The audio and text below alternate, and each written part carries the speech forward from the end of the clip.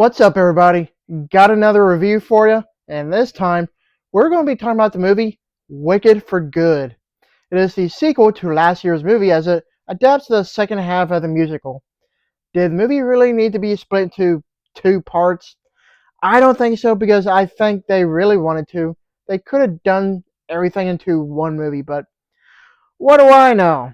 I actually enjoy the first Wicked movie from last year, and I do think that this sequel will definitely be just as great or possibly even better. Is that any good? Well, let's talk about it. The movie story follows as she is now demonized as the Wicked Witch of the West. Elphaba lives in exile in the Ozian forest, while Glinda resides at the palace in Emerald City, reveling in the perks of fame and popularity. As an angry mob rises against the Wicked Witch, she will need to reunite with Glinda to transform herself and all of Oz for good. It may not be much of a surprise, but this movie was actually really good. I'm not much of a fan of musicals, but I definitely had a lot of fun with this one. It's such a great ending for this adapted story, and there's just so much to admire about it.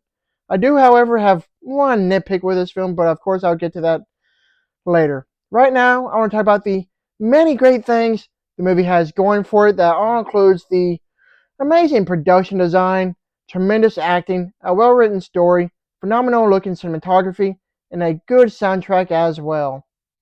Easily the best thing about this movie is its stunningly looking production design.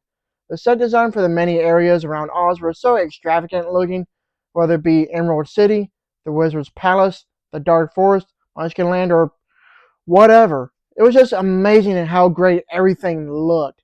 Even the costuming, lighting, and everything else that went into production for this movie is none other than phenomenal. As far as the main leads go, both Ariana Grande and Cynthia Erivo are once again tremendous. They are both very talented when it comes to their capabilities, to their powerhouse acting and singing. They simply steal the show, and the chemistry between their characters are just so much fun. Without a doubt, they bring undeniable star power, flawless vocal prowess, and a deeply felt moving connection to the song, solidifying their roles as the definitive Elphaba and Glinda for a new generation. When it comes to the story itself, I really enjoyed it.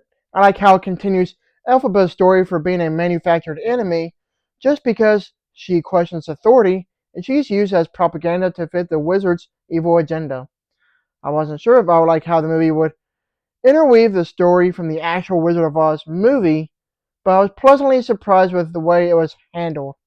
All in all, the movie's writing was really well done. Visually speaking, the movie's cinematography is absolutely stunning. With the way how lighting, color grading, and composition were used, we do get some fantastic looking shots.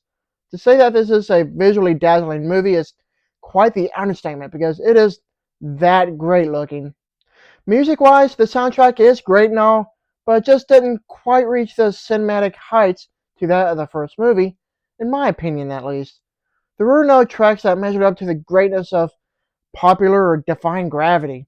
After watching the movie, none of the music in this movie really clicked with me. Other than that, I still had a fantastic time with this movie. If you enjoyed the first film from last year, you're definitely going to enjoy this one for sure.